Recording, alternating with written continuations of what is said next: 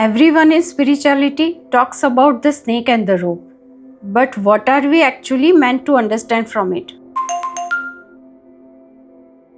Welcome back to another episode of Untying the Knots, where I answer your questions about applying Vedanta to real life. A lot of you have been asking about these well-known Vedantic analogies. The problem is that they are often taught as dry intellectual ideas, but they were never meant to be just philosophy. They were meant to be practical tools to relieve suffering by removing ignorance.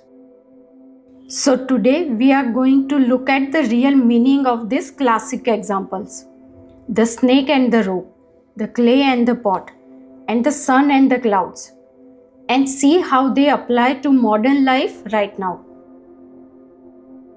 Let's start with the most well-known one, the snake and the rope. Imagine you are walking down a path at twilight. The light is dim. Suddenly you see something coiled on the ground. You freeze. Your heart starts racing. Your body tenses up. Panic sets in. You are 100% convinced this is a snake. Then someone turns on a light. You look down. It was never a snake. It was just a coiled rope. Now catch what just happened here. This is crucial for your daily life. Did we need to fight the snake? No. Did we need to practice anti-snake meditation? No. The snake did not need to be removed because the snake never existed. The moment the light came on, the moment clarity arrived, the fear vanished instantly. Vedanta says our suffering works exactly the same way.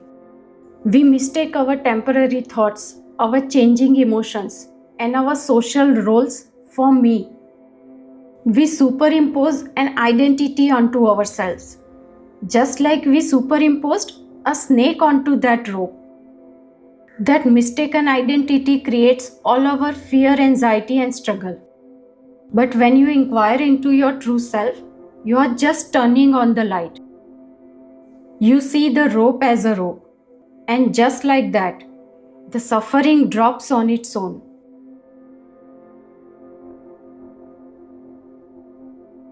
The Upanishads speak of unity in diversity. So why do we feel so separate from everything else? To answer this, Vedanta uses the analogy of the clay and the pot. Look at a clay pot. From the outside, it appears to be a distinct object. It has a specific name, pot, a particular form, and a clear function, like holding water. In Vedantic terms, this is Nama, Rupa and Vyavahara, name, form and function. But ask yourself, is the pot really a separate thing? If you remove the clay, is there a pot left? No. But if the pot shape is destroyed, the clay remains completely intact. So what is real here? Clay alone is real. The pot is only a name and a temporary form imposed on clay. The same logic applies to gold and golden ornaments. A necklace can be melted and reshaped into a ring or a bangle. The forms change, but the gold remains exactly the same. Now bring this into your own life. This is where Vedanta becomes radical. It says the world itself is like the pot, a play of constantly changing names and forms. But the underlying reality, existence consciousness, remains one and the same. Our mistake is that we identify ourselves only with the pot. We say, I am this body, I am a manager, I am a success, or I am a failure. We cling to the shape and the name. But that sense of being a limited, separate person is the illusion. It is the snake. You are not the pot that breaks. You are the underlying reality.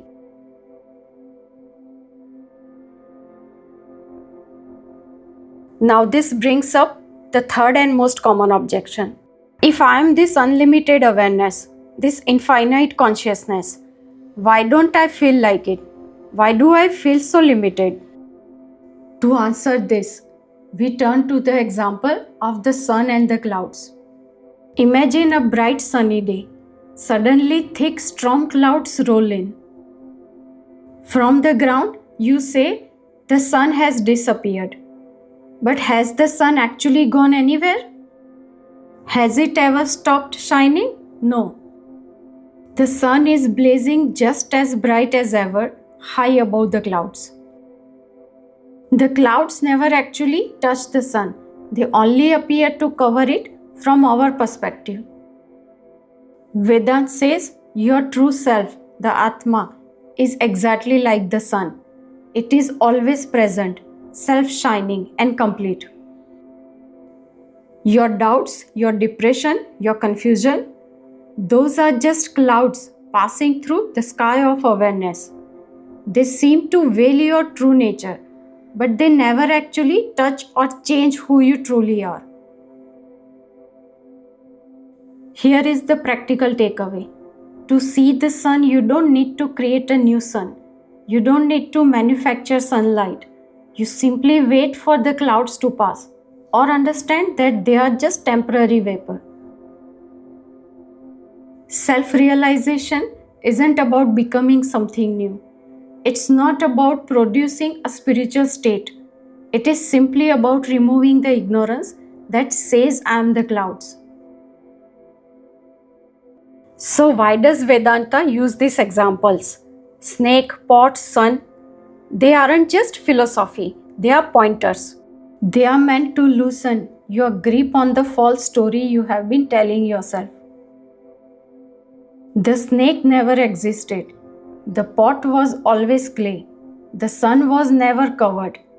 You are already what you are seeking. Most of us spend our lives chasing good experiences and avoiding bad ones. We treat life like a coping strategy, constantly trying to manage our moods, regulate our emotions, and reduce discomfort, hoping that happiness will finally settle in. But Vedanta points you to what lies behind all experience. Stop trying to fix the pot or chase away the clouds. Notice the one who is aware of them. That is where your freedom lies. Let me know in the comments which analogy spoke to you today. See you in the next video.